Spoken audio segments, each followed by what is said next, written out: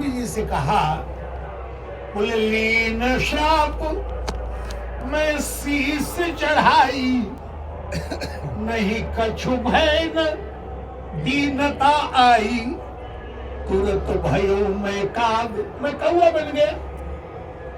पुनि मुनि पद सिर नाई, सुमिरि राम रघुवंश मणि, और हर्षित चले उड़ाए। प्रसन्न होके उड़ के चला कि भगवान की उपासना के जो केंद्र हैं उसमें नाम, रूप, लीला और धाम, ये 4 चीजें हैं। नाम की साधना, रूप की साधना, धाम की साधना, लीला की साधना। तो नाम लेने आया था, महाराज ने दिया नहीं। रूप पूछने आया था, इन्होंने बताया नहीं। और पिताजी विद्यालय भेजते थे तो रामलीला तो मैं खूब खेलता था। खेलूं तहां बालकन मीला, करूं सदा रघुनायक लीला। हारे पिता पढ़ाई पढ़ाई, लेकिन मैं रामलीला खेलता था। विद्यालय में पढ़ता लिखता नहीं था। अब रह गया धाम, तो पैदल चल चल के कहां यात्रा करता। अच्छा पक्षी बन गया हूं, अब उड़ उड़ करके भगवान के धाम की यात्रा करूंगा। बड़ा अच्छा हुआ। अब लोमस जी चिंता में पड़ गए, ये क्या किया मैंने। एक तरफ तो मैं अद्वैत का प्रतिपादन कर रहा था, और दूसरा द्वैत मेरे हृदय में। सच्चा अद्वैतवादी तो ये है, वाणी से नहीं, ये हृदय से है। मैं वाणी से था, हृदय से नहीं था।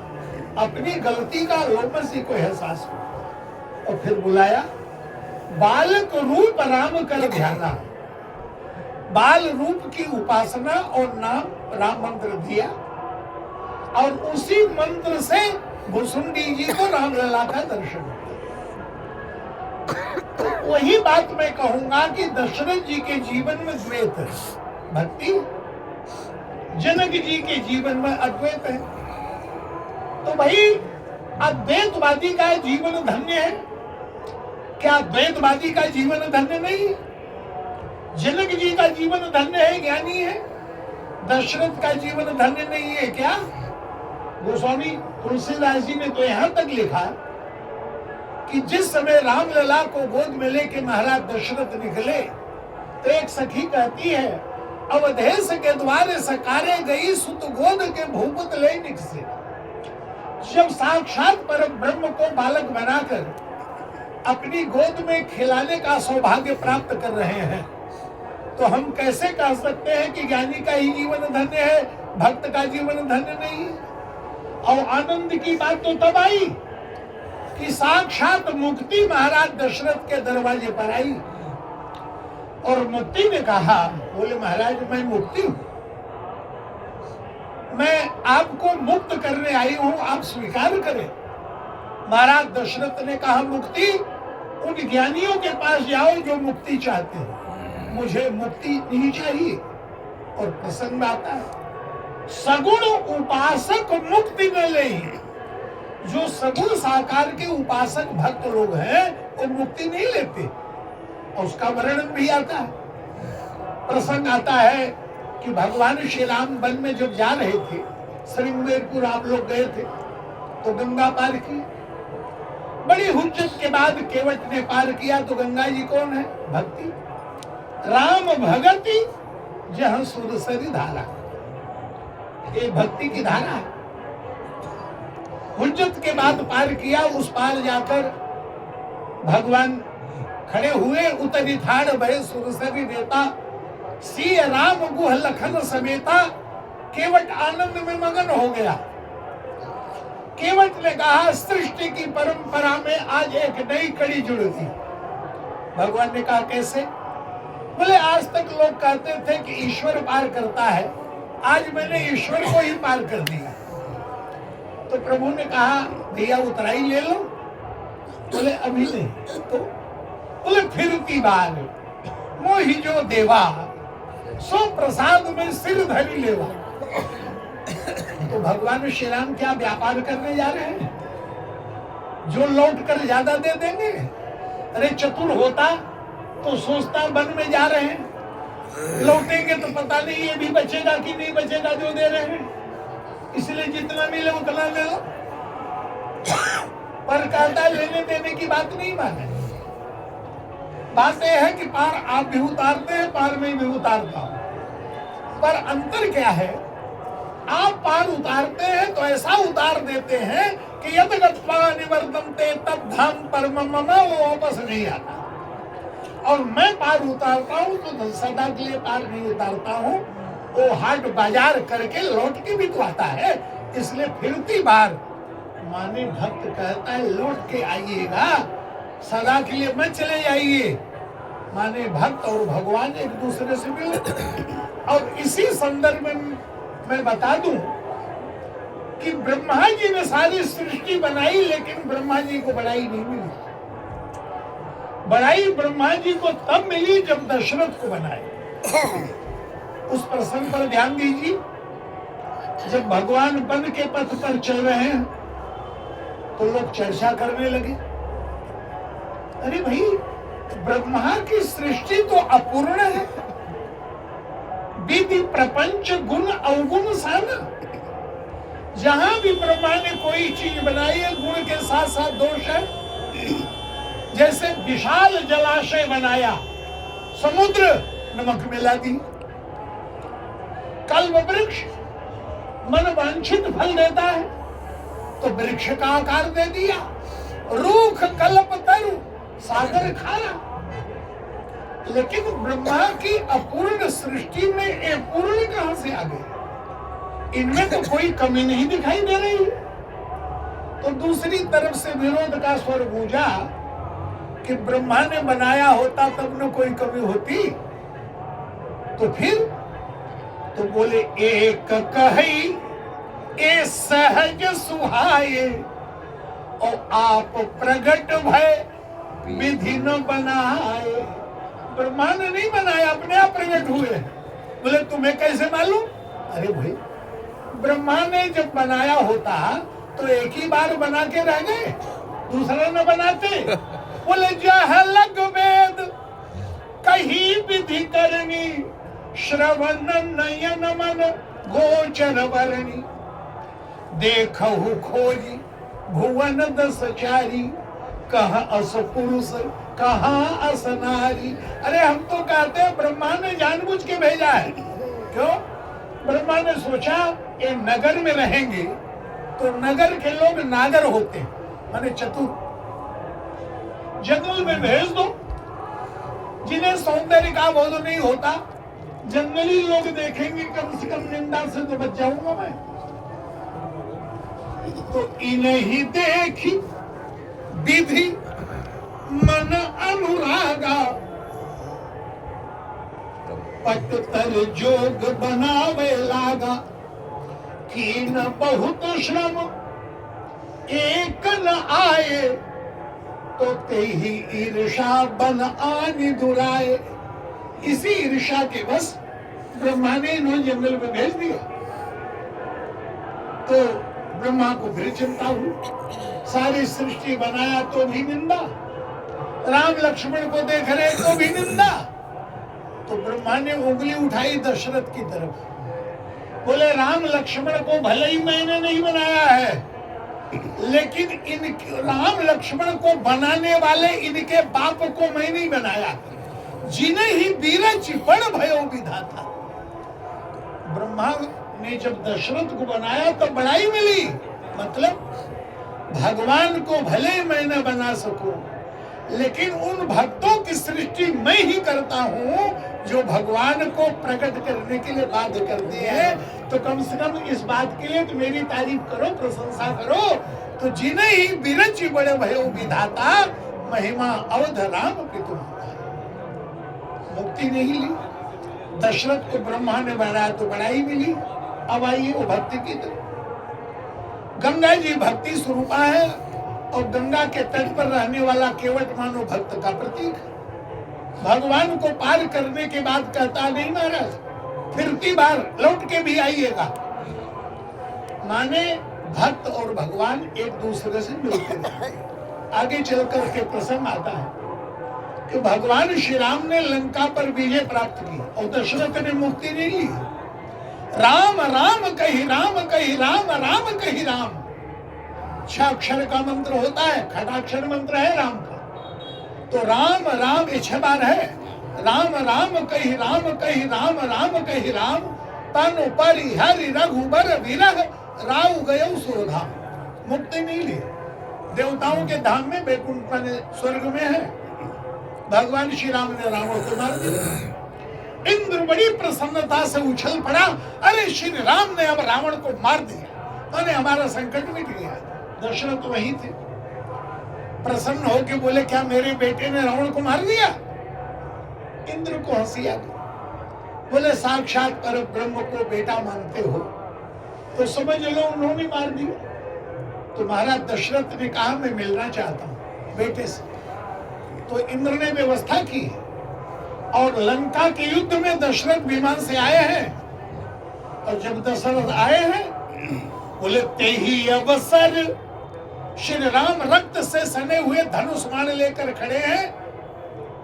और ते ही अवसर दशरथ तह आए, तो तनय विलोकी नयन जल छाए। भगवान श्री राम ने कहा, लक्ष्मण पिताजी आगे सावधान। तो अनुज सहित प्रभु बंदन कीन्हा, आशीर्वाद पिता तब दीन्हा। अब पिता को प्रसन्नता कब होती? बेटा बड़ा सा बड़ा कार्य कर ले, सफलता पाने के बाद पिता के सामने झुक के कहे, पिताजी आपके पुण्य के फल से मुझे विजय मिली, सफलता मिली है। उस समय पिता को कैसा लगता है जरा विचार करो। प्रभु ने यही कहा, बोले, तात सकल तब पुण्य प्रभाव। लोग सोचते हैं कि राम ने अपने बल से रावण को मारा। तात सकल तब पुण्य प्रभाव, और जीते अजय निशाचर राव। ये राक्षसों के ऊपर विजय आपके पुण्य के प्रताप से मिला। महाराज दशरथ बड़े प्रसन्न हुए। अब भगवान श्री राम को चिंता कि इनके हृदय में मेरे प्रति भक्ति थी और मैं इनकी गोद में आ गया, और सदा यही भावना बनी रहेगी भक्ति वाली, तो मुझसे अलग तो होंगे तो इनको बड़ा कष्ट होगा। तो ऐसा करो, इनको ज्ञान दे दो। तो लंका के युद्ध में श्री राम ने दशरथ को ज्ञान दिया है। मैं चाहूंगा कि उन पंक्तियों को पढ़ूं, बड़ी सावधानी से आप सुनिए। बोले, रघुपति प्रथम प्रेम अनुमाना। ये प्रथम प्रेम कौन सा है भाई? जब महाराज दशरथ मनु के रूप में तपस्या कर रहे थे नैमिषारण्य में, तो भगवान को देखा था। चितमहि सादर रूप अनुपा। तो उस समय माने भगवान कह रहे हैं, उस समय आपने प्रेम से देखा था तो मैं आपकी गोद में आ गया, आज मैं देख रहा हूं। तो चितई लंका के युद्ध में रघुपति प्रथम, वो नैमिषारण्य वाला, रघुपति प्रथम प्रेम अनुमाना, और चितई पितई दीन है दृढ़ ज्ञान। और जो ज्ञान दे दिया तो कर्म उलट गया। दशरथ आए थे तो राम ने प्रणाम किया, और जब ज्ञान दे दिया तो बार बार करी प्रभु ही प्रणाम। और दशरथ हरसी गए सुरधाम। वहां भी यही बात है। दशरथ ने कहा, ठीक है महाराज, आपने ज्ञान तो दे दिया, ज्ञान के बाद मुक्ति होती है, लेकिन आपसे आग्रह है कि भले ही ज्ञान आपने दिया है, आपके स्वरूप का बोध मुझे हो गया, लेकिन मुक्ति भी चाहिए। सगुण उपासक मुक्ति न लेही, तिनका राम भगत निज देही। क्यों? भगवान कहते मुक्त हो गए तो तुम हमसे मुक्त, हम तुमसे मुक्त। भक्तों ने कहा, ऐसी मुक्ति क्या करेंगे जो भगवान से मुक्त हो जाए? अरे भक्त और भगवान एक दूसरे से मिलते रहे ना, तब ना। तो भक्त लोग भक्ति लेते हैं तो जब भगवान अवतार लेते, निज इच्छा प्रभु अवतरे, मही गो द्विज सुरलाग, सगुण उपासक सकल सब रहे मोक्ष सुख त्याग। भगवान की लीला में वही भक्त सम्मिलित होते हैं, चाहे कृष्ण के साथ ग्वाल बाल हो, चाहे राम के साथ उनके बाल सखा और इत्यादि जितने पात्र हैं, ये सब सगुण साकार के उपासक भगवान की लीला में सम्मिलित रहते हैं। और उसके बाद भगवान जब विजय प्राप्त करके चले, तो गए थे तो पैदल और आए हैं विमान से, तो भाई पैदल मार्ग और विमान का मार्ग अलग अलग है ना। लेकिन भगवान श्री राम को केवट की बात का कितना ध्यान रहा। उसने कहा था फिरती बार लौट के आइएगा, तो सुरसर तीर, चाहते तो सीधे अयोध्या जा सकते थे, पर लंका से चले तो सुरसर तीर यान जब आयो, उतरे तट प्रभु आय सुपायो। जब गंगा के तट पर उतरे और निषाद को पता चला, यहाँ निषाद सुना प्रभु आवा, तो नाव नाव कही लोग बुलावा। धन्य है मेरी नाव, यदि ये मुक्त हो गई होती तो भगवान कहां से आते। इस नाव के कारण आए हैं। लेकिन देखा हवाई जहाज तो शिकायत करने लगे, अच्छा नाव से पार नहीं होना है, हवाई जहाज से आए हो। भगवान ने कहा भैया एक बार उतारा, उसकी उतराई अभी तक नहीं दे पाया, दोबारा उतारोगे पता नहीं क्या होगा। तुमने कहा था ना फिरती बार आगे, अब मैं निमंत्रण दे रहा हूं, मेरा राज्याभिषेक होगा, तुम्हारी उपस्थिति परम आवश्यक है। गया निषाद केवट गया वहां, और जब राज्याभिषेक भगवान का हो गया तो उसने कहा था ना, फिरती बार जो मोहि जो देवा, सो प्रसाद में सिर धर लेना। फिरती बार देंगे, वो प्रसाद सिर धर के लूंगा। अब यहां दे रहे, पुनि कृपाल लिए बोली निषादा, और तीन ही भूषण बसन प्रसादा। अपना पहना हुआ आभूषण, अपना पहना हुआ वस्त्र भगवान निषादराज को भेंट करते हैं। यहाँ की बात वहां, और फिर विदा करने लगे तो केवट ने विरोध किया, बोले महाराज मैंने तो सुना है कि आपके धाम में जो जाता है वो लौट करके फिर नहीं आता। यद गत्वा न निवर्तन्ते तद धाम परमम मम। अब हम अपने धाम से लौट आ रहे हैं, तो भगवान क्या बोले, तुम मम सखा भरत सम भ्राता, पर सदा रहो पुर आवत जाता। आते जाते रहना, माने भक्त और भगवान एक दूसरे से मिलते रहे। हम तुम्हारे यहाँ आए, तुमने हमें बुला लिया, अब तो हमारे यहाँ आए, हम तुम्हें फिर बुला रहे हैं। हमारे यहाँ ना भक्त और भगवान का ये नाता है, ये मिलते रहते हैं। पर ज्ञानी का जीवन निष्काम।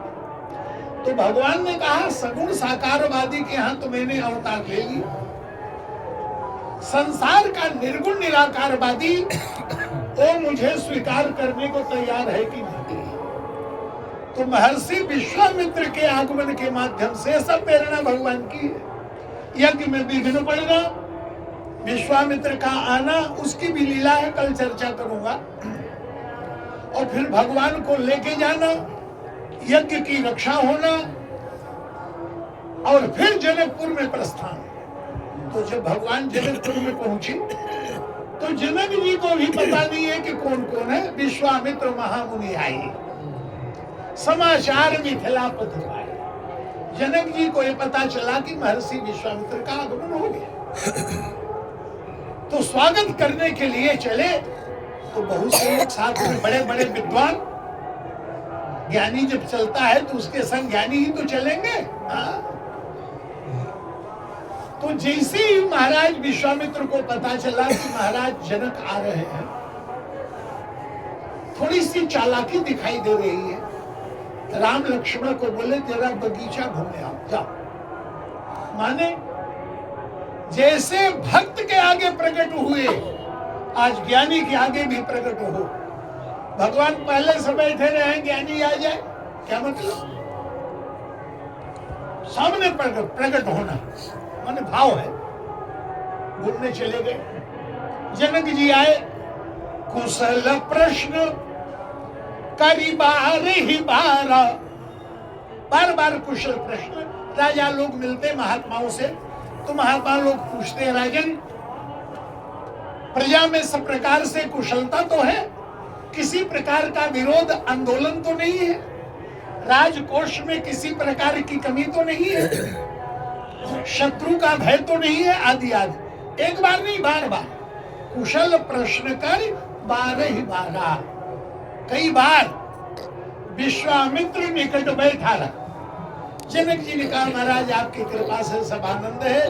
ते ही अवसर आए दो भाई, गए रहे देखन फुलवाई। श्री राम जनक जी की तरफ बढ़े। विश्वामित्र जी ने कहा, अभी धरी रहिए, उनको जरूरत हो तब जाना। जनक उठे सकल, बड़े बड़े ज्ञानी उठे सकल, जब रघुपति आए विश्वामित्र निकट बैठा। अब जनक जी देखते रहे श्री राम के रूप को, जो रूप को मिथ्या मानने वाला है आश्चर्यचकित हो रहा है कि ऐसा भी रूप हो सकता है क्या? तो प्रेम मगन मन जान नृप, करि विवेक धरि धीर, बोले मुनि पद नाई सिर, गद गद गिरा गंभीर। बोले कहो नाथ सुंदर दो बालक, मुनि कुल तिलक कि नृप कुल पालक। ये महाराज कौन है? ताते प्रभु पूछऊ सत्य भाऊ, कहु नाथ जन करहु दुराऊ। छुपाई मत, ये कौन है बताइए। महर्षि विश्वामित्र ने कहा, राजन आज उल्टी गंगा कैसे बह रही है? आज तक लोग तुमसे सच जानने आते थे। जनक जी के आगे बड़े बड़े ऋषि मुनि आके बैठते थे और जनक जी ज्ञान देते थे उनको। जासु ज्ञान रवि भवन सिनासा, बचन किरण मुनि कमल विकास। जैसे सूर्य के उगने से अंधकार विलुप्त हो जाता है, जनक जी बोलना शुरू करते थे तो अज्ञानियों का अज्ञान दूर हो जाता था और मुनियों के हृदय रूपी कमल खिल जाते थे। ऐसे ज्ञानी है जनक। और आज वो सच पूछ रहे हैं विश्वामित्र से। तो महर्षि ने कहा कि राजन तुम तो खुद ज्ञानी हो, देखो क्या लग रहा है, बता दो। बोले ब्रह्म, यही शब्द है महाराज जनक। बोले ब्रह्म जो निगम नेति कही गावा, उभय वेश धरी की सोयावा। ब्रह्म को वेद नैति नैति करके गाते हैं। नैति माने नैति, ये भी नहीं, ये भी नहीं, ये भी नहीं, ये भी नहीं। सब नहीं नहीं करने के बाद जो बचता है वो ब्रह्म है। लेकिन वो तो एक ही है, एक और ब्रह्म द्वितीय नस्त। लेकिन जनक जी कह रहे हैं उभय वेश, आज दो रूपों में आया है। ये सांवले के बराबर दूसरा नहीं तो गोरे के बराबर भी दूसरा नहीं, अद्वितीय है। इनकर रूप अनुपम पावन, कहीं न जाय सब भांति सुहावन। इन्हीं बिलोकत अति अनुरागा, बरबस ब्रह्म सुख ही मन त्यागा। जो मेरा मन ब्रह्मानंद में मगन रहता था, कह रहा है छोड़ो उस आनंद को, इनके रूप सिंधु में गोते लगा।